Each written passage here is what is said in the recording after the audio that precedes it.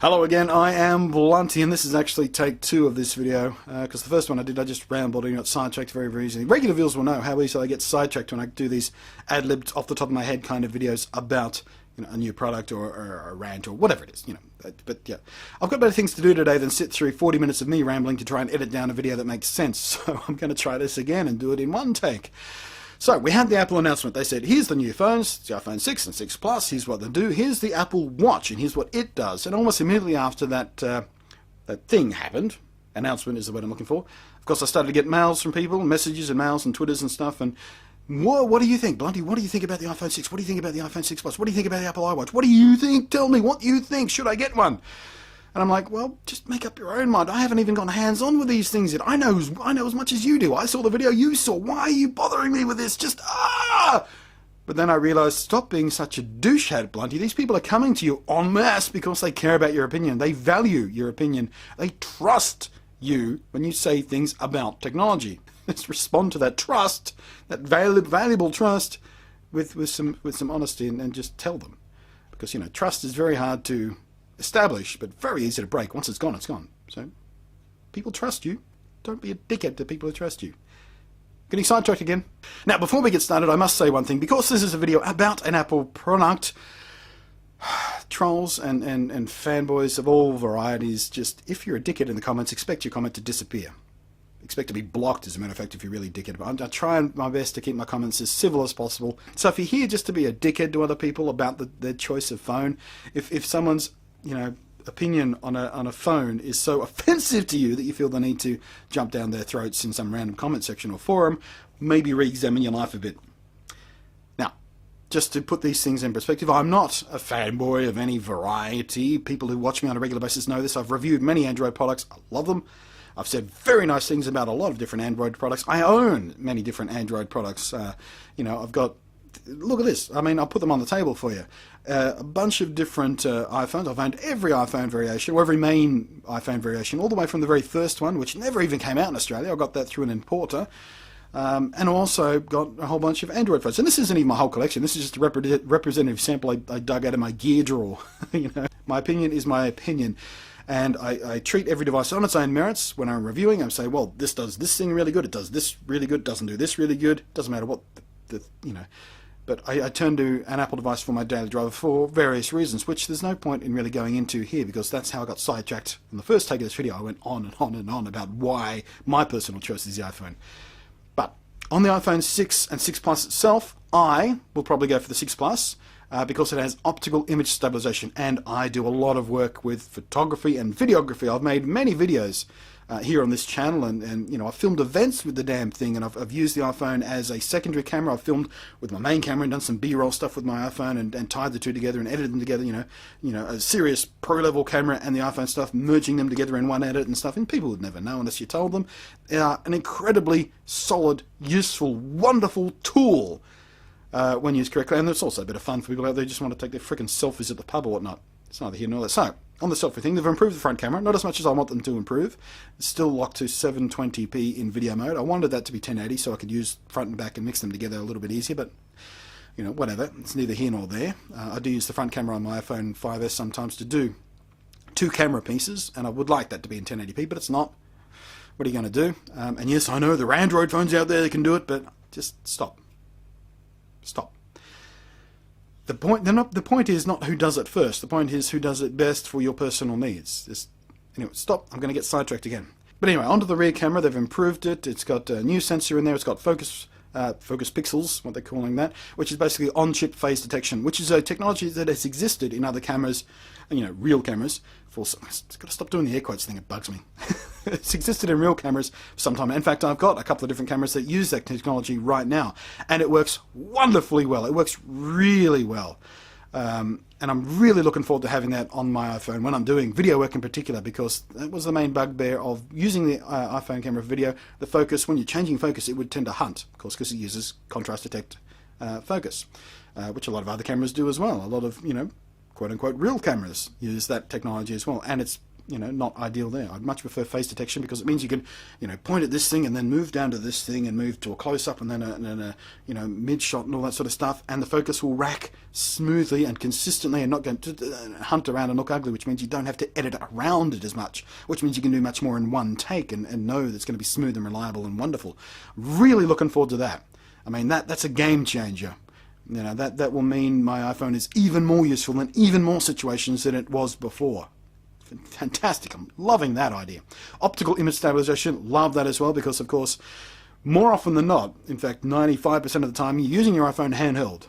And I do have a bunch of different ways to mount it to a selfie stick kind of thing or a tripod and whatnot, and I do use those a lot of the time for when I'm doing locked off shots, when I'm doing 2-camera stuff, when I'm doing time lapses or something. You've got to be able to mount it.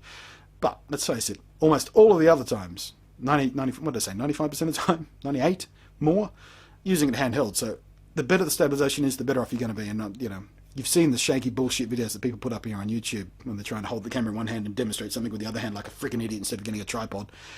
So that's going to make a big difference for me personally, and for the stuff that you come across watching other people do as well. It's going to make that experience more pleasant. So I'm sort of bouncing across the top of it here, but the point is the camera is even better. It's going to make life even more wonderful. But for people who like to use their iPhones for stills and photography work, which leads us into the bigger, brighter, high-resolution screens. Also wonderful. I know Android did it first. Android have been doing that for years. Welcome to the party, Apple. Ugh.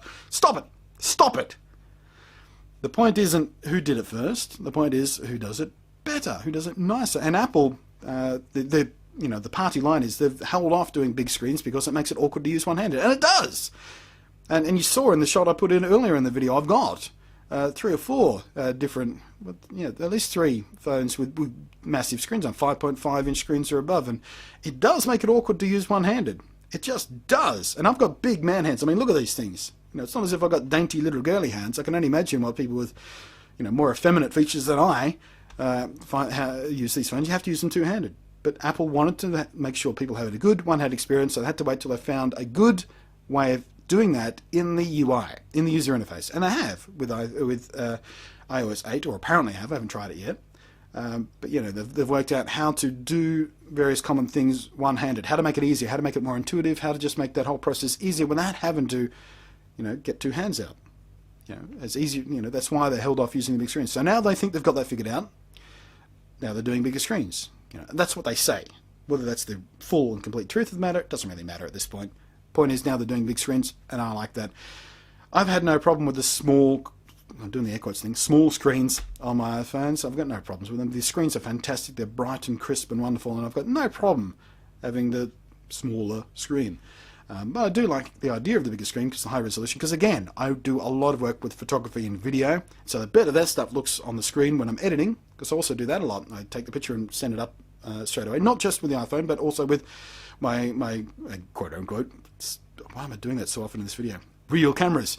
Because a lot of those have Wi-Fi in them. I've got memory cards with Wi-Fi on it. For the cameras that don't have their own Wi-Fi, you can pop it in and send the thing to your phone straight away and edit it and push it up to the Twitter or whatnot, and it's a wonderful, fun experience. I love doing that, just that chain of excitement. Taking an awesome photo, putting it on the phone, editing it and sending it up.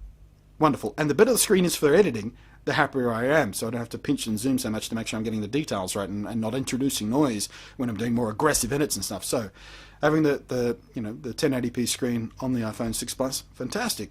Great news for me. And again, I know Android have bigger screens, you can 4K. Oh, stop it! So what's the rest of it? Well, it's more powerful again, of course it is. It's thinner again, of course it is. The iPhone 6 Plus has even better battery life, hooray. But these are all things that happen in every generation of phone from any manufacturer, basically. They're all bigger and faster and smarter and whatnot. So that's neither here nor there. We're talking about the significant changes that makes it worth the upgrade, that makes it a worthy thing. And don't pretend, well, it's just a little update. Again, just stop that shit. Oh, it's only a little. It's just the same as the other iPhone. It's just bigger. You're going to sit there and pretend that every iteration of an Android line of devices is a completely new dynamic in the world of smartphones. They've reinvented the smartphone again. No, everybody does iterative iterations. That's how the fucking machine works. You dickheads, just stop it. So yeah, the big screen on the iPhone 6 Plus, which is, by the way, probably the one I'm going to go for because of the the high resolution screen because of the optical image stabilization in the camera, which the 6 does not have, although everything else about the camera is the same. It will probably be I want to go hands-on with it first because I want to figure out whether it's too big. Because I do have some big Android phones. This is a little bit bigger than even the biggest Android phone that I've got, so I want to be able to hold it and make sure it's not incredibly awkward. Because I do find those big Android phones a little bit awkward to use. I mean, I'm sure I'll get used to it if I use it a lot, but I want to go hands-on first. But I'm also wondering whether it's big enough, the iPhone 6 Plus is big enough to mean that my iPad mini sort of disappears and gets less useful. I've got my iPad mini in my bedroom. It stays there almost all the time. I just surf with it when I'm lying in bed at night. I've got a little mini projector up on my wall that I put shows on when I'm surfing around at night, and then I fall asleep and the thing hits me in the face, as we all do. But the 6 Plus might be big enough to mean that I don't need that anymore, because I use that because it's got the lovely big screen. I don't want to squint at my phone when I'm lying in bed, you know. But it might be big enough to replace that, although I still use my iPad when I'm traveling, for example, when I'm watching movies on a flight. Having that nice big screen is lovely. Is the iPhone 6 Plus big enough to replace that functionality as well? I don't know. Again, I'm going to have to go hands-on with it first. But the point is, I'm very excited about the iPhone 6 Plus. I will very likely get one, maybe not at launch because I'm incredibly poor this month. You have no idea.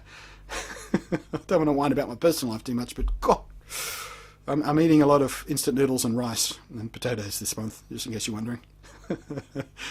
But the watch, we should get to the watch. Oh, we're going too long again. Well, whatever. I'm not retaking this video for a third or fourth time, whatever it is now.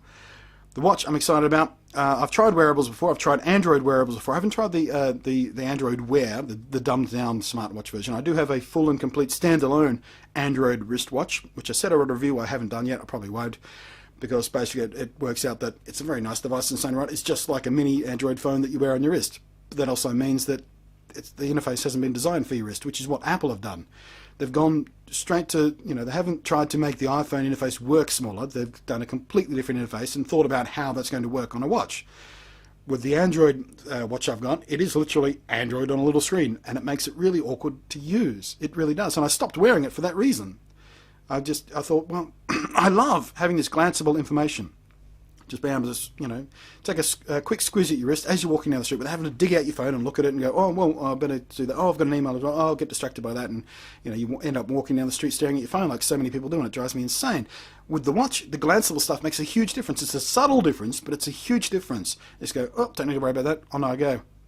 That glanceable stuff, it makes a massive difference in just the way you approach interacting with this information that's coming and flooding into us constantly. And I think it's a good thing. There's also the fitness stuff. Obviously, I'm not a fitness nut because I'm a big fat guy.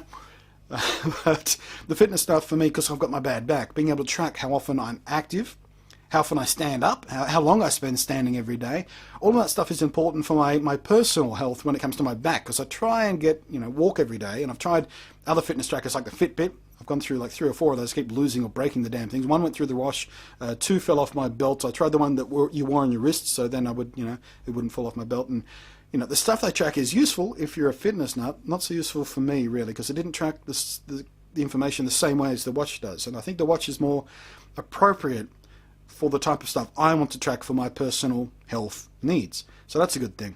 I like the interface. I like what they've done with the little dial. I think that's clever. When Apple first brought out the iPhone, the touchscreen was the big thing. And I know touchscreens existed before, but the way they used the touchscreen was a huge difference. That pinch to zoom and all that sort of swipey stuff, and the rubber banding and bouncing around, all of that sort of stuff quickly bled into what everybody else was doing. So Apple and everyone else went, oh, that's the way to do a touchscreen properly, not this capacitive, not this resistive touch thing we've been doing before, which was awful. And and you can see the pictures of phones before and after Apple did the iPhone. Everyone went, fuck, they figured it out. We should do that too. So, similar thing happened with the iPod, with the scroll wheel, for crying out loud. Before that, everyone had these little directional buttons and shit on it, which were just an awful, awkward experience when you started to get hundreds and hundreds and hundreds of songs on your device as the capacity went up. Scroll wheel changed everything, so everyone was doing, slidey, touchy, scrolly things from then on in. Not necessarily the wheel, because that was an Apple thing, but the slidey things. Some of the Rio players, I think, had the touch pad thing, the little strip. But Apple changed everything interface-wise there to make that experience better. And I think that's what's happening with the watch. I think this is at least the first step. It'll probably continue to evolve as they figure it out, the smarter people than we are. But it's a really smart way to go about it as far as I'm concerned. Just that having that an existing watch thing, the crown they used, called it. Let's call it the spinny thing, the winder. I used to call it because that's what you used with analog watches to wind the damn things up. But yeah, that's genius. It's smart. It's clever. I think it should work really, really well. And you've got also the touch commands and stuff to swipe about. It should work really well. I like the screen on it. I like the health tracking. I like how it looks. I like the ability to switch out your watch bands. Because again, on the Android watch it just had one watch band. The antenna was in the watch band, so you couldn't even replace it for one you wanted. The Bluetooth and cellular antennas were part of the friggin' watch band in that case, so you couldn't take it off. So it's a big, chunky, ugly thing, and it was just awful, ugly, hideous.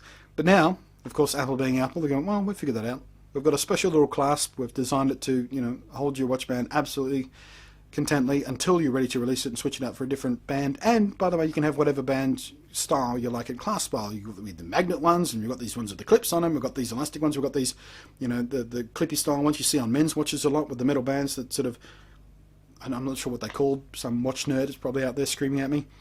I'm not sure about some of the magnetic clasp ones, because you can imagine just something going and tearing it off your wrist. It's only a magnet after all, but who knows? Maybe because it does loop around through the hole, so maybe it's not that easy to rip off. But I saw today a story, technology they've put in the watch to help deter thieves. Turns out they're using those health sensors that sit on the back, that sit against your skin, that monitor your heartbeat and all that sort of stuff. It can tell as soon as the thing comes off your wrist, and as soon as it's removed from your wrist, it locks itself. That's brilliant. It's genius. So while you're wearing it, if you want to look at your thing, of course it detects the movement. You go, oh, it displays, and you don't have to unlock it every time you pull it up to your hand, because that was an awkward experience. Making sure my Android watch was secure, so if someone stole it, they couldn't get into my emails or whatnot, and having to try and do the pattern or the code on the Android watch was a bit of a nightmare. But now Apple have figured that out too. Take the thing off your wrist. Obviously, you're not going to be actively using it, or if someone else takes it off your wrist if they're trying to steal it, it locks itself with a code, presumably, or I'm not sure what kind of lock they're using, but presumably some sort of PIN code. Genius. And that also cancels out the Apple Pay stuff, because they've worked it so you can just wave your watch in front of the sensor thing and pay for stuff with the new Apple Pay they're using on the new phones with the NFC, which I didn't mention.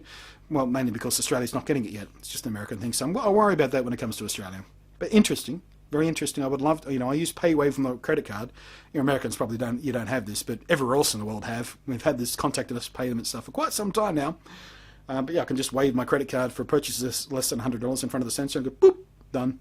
But the Apple iWatch and the iPhone method of doing that is even more secure, because it relies on the watch's case, biometry, to make sure it's attached to my wrist. If it ever comes off my wrist, thieves can't use it to buy, $100 worth of shit on my card.